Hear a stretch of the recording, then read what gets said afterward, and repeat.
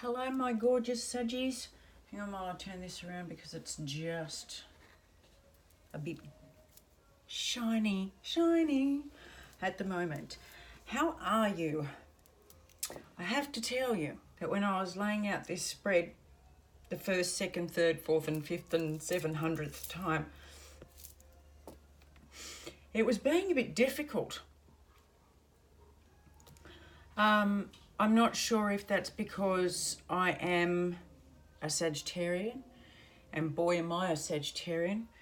In the spirit of true transparency, I am a Sagittarius sun, moon, rising, and a few others thrown in there just for fun. So when I say I'm a Sag, I'm a definite Sag. Anyway, I thought now that I've finally got it done, the cards are talking, and we're all ready to go, I thought I'd film this straight away. So the sun row is for the first, second, third, fourth week, and that's the soul, what you show people, where you're headed, can be the masks we wear on the external, things we consciously desire. The moon row is more of the unconscious or subconscious. It's more emotions and can be what we keep hidden from others. And the last row is the advice from spirit row. Now in this row we have an awful lot of major arcanas, which I will get to.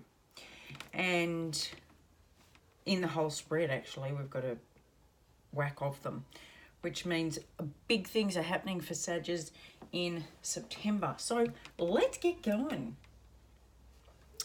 First off, we start with the Emperor in the first week of September. Now, truth be told, he's not my favourite person. If you look at this card in particular, he's not looking at the children playing. He's not really involved in the now. He's drifting off into the future, but he's completely guarded. There is nothing soft or gentle about this person. He's belonging focused because he's holding the staff and the orb in his hands. I think he comes across as, and I'm glad he's in the sun row, because in this position he comes across to me as this is a very typical mask of what society expects a man to be. Strong, a provider, emotionally secure, or at least appearing to be, the head of his domain, the master of his domain, and that's pretty well what society expects. So in the first week, it looks like somebody is playing their societal part pretty well. If you look at his face, if you can, I don't know if you can get a close-up of his face. No, it's not going to. He doesn't look happy. That is not a happy man. That is a wistful man. So that's the external yay start of week 1 in September. Underneath it though, this is the subconscious. This is the unspoken. This is the hidden. It's the Fool card. But in this deck, it's the Traveller. This is what he really wants. And that's probably why he's looking out into the distance, because underneath all that, holding it all together, is this desire to be free, to fly into the unknown and to be free of all restrictions, There's no baggage in this card. There's no assets or belongings or attachments or possessions in this card. It's total freedom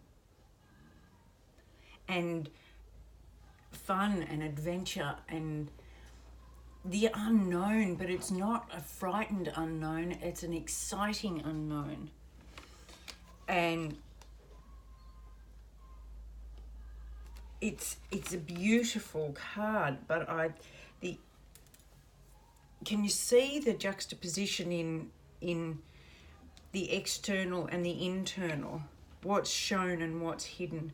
This is a great example of leaving the mask behind and stepping into the light path to follow your true heart. The advice is the beautiful elephant.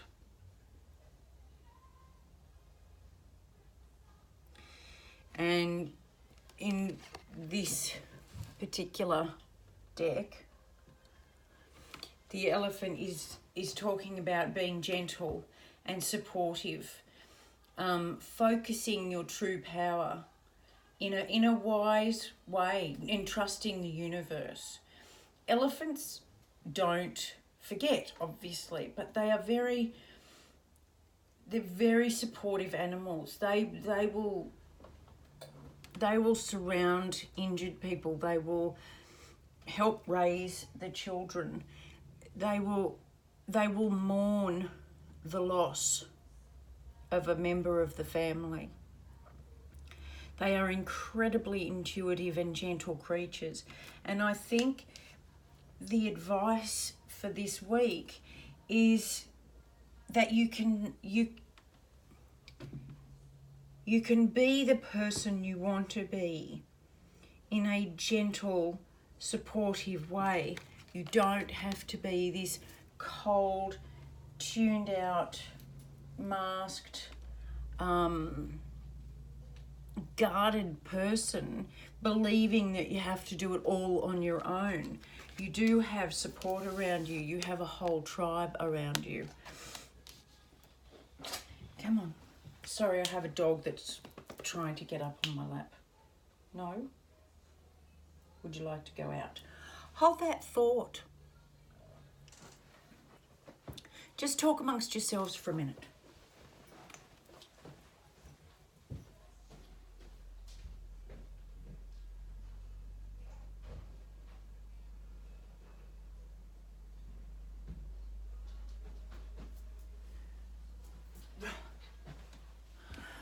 Right, speaking of animals being very intuitive, I let him out and that's not what he wanted.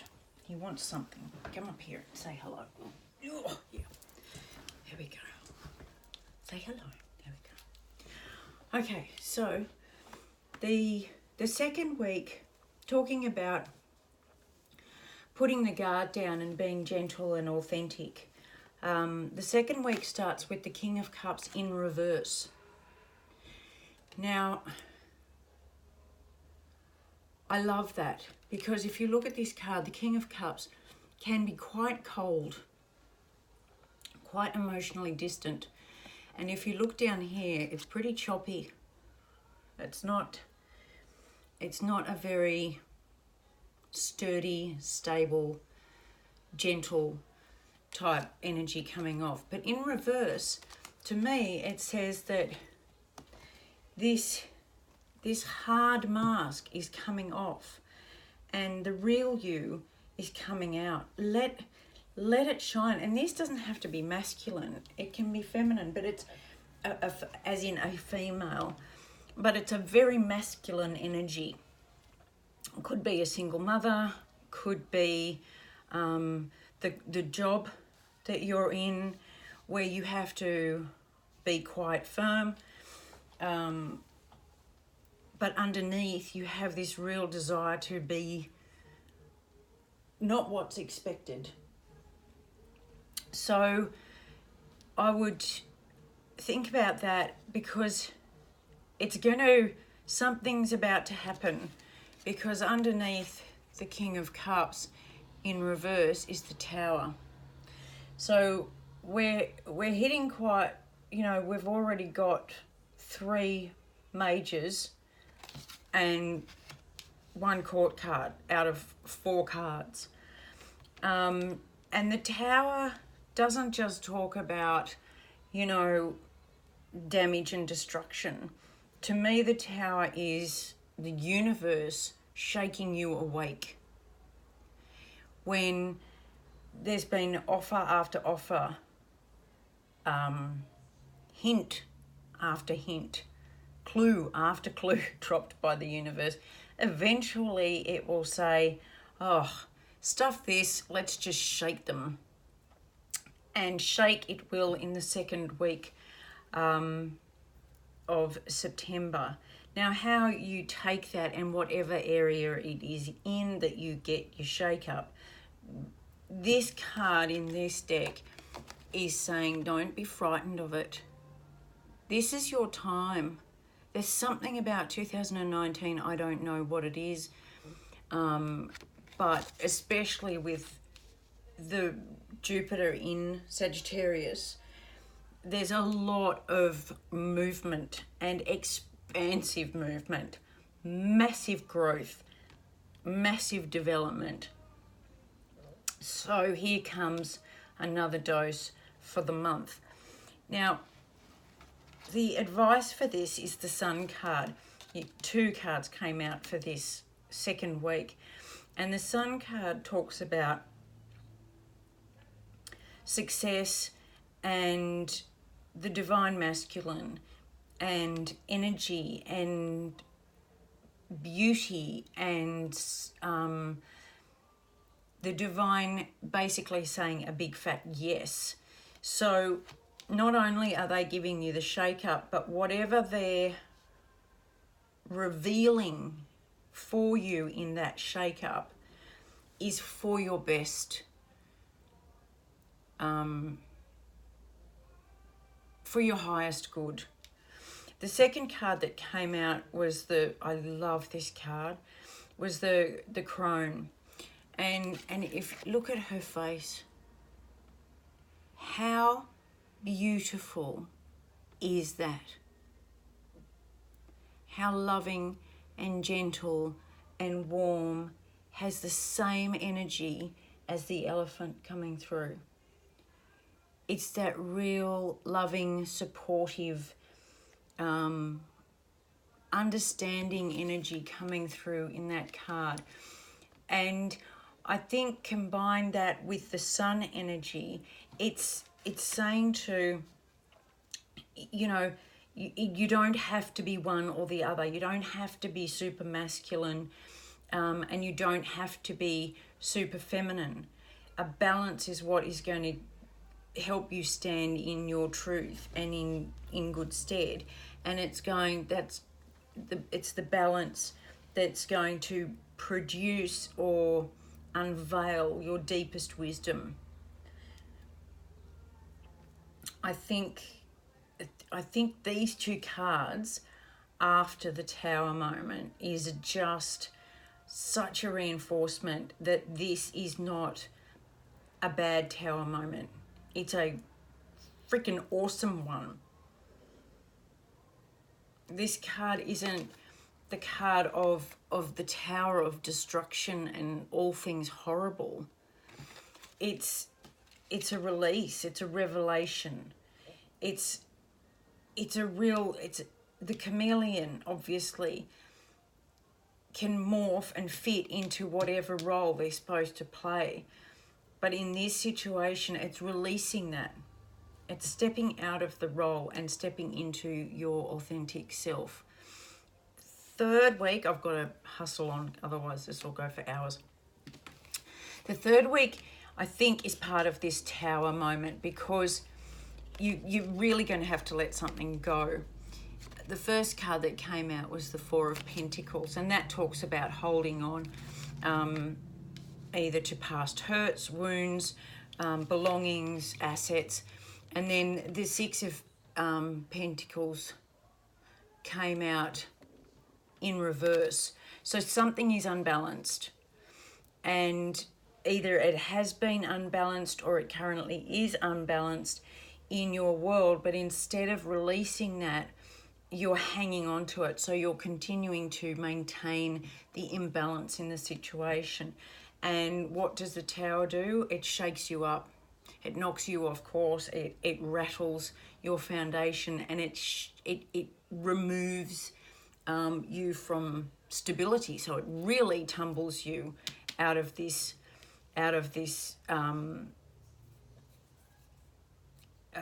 rigid imbalance. It's a real rigid. I got the feeling that it's hanging on to something in your past because of the children. I get the feeling that it's really hanging on tight to some hurt or something that you see is unfair in the past, and that's maybe why your mask is so well reinforced and so armored. Underneath it, again, a major is the wheel. And in the standard tarot, it's the Wheel of Fortune. But again, another major. And that talks about endings and new beginnings, completions and do-overs, start freshes. And this is coming in really fast, because the 8 of Acorns is the 8 of Wands in the standard tarot. And it is obviously, if you look down the bottom, it says energy and results. So you've got change and possibility coming through in a very energetic way. And that's, look, the way I'm feeling this is so strong, in that it's so strong in the take the mask off, reduce the armor, let go of it from the past, whatever's caused you to step into this unbalanced role that isn't who you really are. Let the shake-up happen. And it doesn't have to be a big shake-up. You can just let a shake-up happen by dropping the guard, by being vulnerable, by speaking. I am not happy. This is not who I am. I am this person. I am compassionate and loving and giving. It's like something stepping out of a corrections officer, like a warden or a jailer, and stepping into a counsellor role. That's the kind of vibe I'm getting. Stepping out of that hard, closed off exterior to a more understanding, compassionate, wise, gentle energy. That's the general feel of this reading. And when you do that, it will move fast. The advice for the third week is the hummingbird. Now, the hummingbird's wings, when they're going, you can't see them. It's so fast, it's a blur. And it's, a rapid response. It's lifting out of negativity and giving you a lightness of being. I love that. Down the bottom. Now, if that isn't confirmation, I don't know what is. And part of the problem is that we carry so much of what we think we should do, or we've been told we have to do, and we've been believing all our life that this is who we are, so this is who we have to be. It's bullshit. And when we finally discovered that, hang on a second, that's not who I really am, that's who I've been told I am, then the sun comes out. It's like we're truly free. And we've had the sun card twice in this spread. And again, another major. Now, to me, this is saying once you put all those old burdens and incorrect beliefs, once you take your armor off and your helmet and your mask off, then I love this card. It's a child with the sun beaming down on them, and they are fully supported by a white horse, which could be a metaphor for spirit. And this is who you were meant to be from the get-go. You were meant to be this person, not this person. This is a societal construct. This is the truth of who you really are. And it's your turn. It's your turn to step out of the old skin and into the new, because underneath it, waiting to be revealed, is the 10 of shells, which is the 10 of cups. And it's just waiting. You can't see it yet. You don't know it's there yet because you haven't been willing to look. But once you start peeling back these layers, I like to call them lie layers, because they're layers of lies that you've been fed and that you believe. It's just going to be sunshine and roses, buttercups. Give it a go. Look, this is what I say to people. Give it a go. If getting rid of the constriction that you've been, honestly, it's like you've been poured into this shell. By stepping out of that, you've got nothing to lose. And I mean nothing to lose, because if you lose somebody in the process, they were only there for the mask. They were only there for what you portrayed, not who you are. So you haven't really lost anybody. Think that through before you start arguing back. Give it a go and see how you go. If at the end of the day it's too hard, you can always go back to this person and wait, because the universe will bring you another chance and another chance and another chance to step into your truth. So if it's too hard this time, you can put your armor back on and you can just keep going. But there's always the option to really let it go. Just peel the skin off, let it go, drop the armor on the floor, let it go clang, and just step into this beautiful, wise, gentle, fun, light person that you were always meant to be. And I love this. The timing down the bottom of the 4th week just happens to be August the 22nd to September the 21st. So, it's going to happen in these 4 weeks. The last advice card is the child.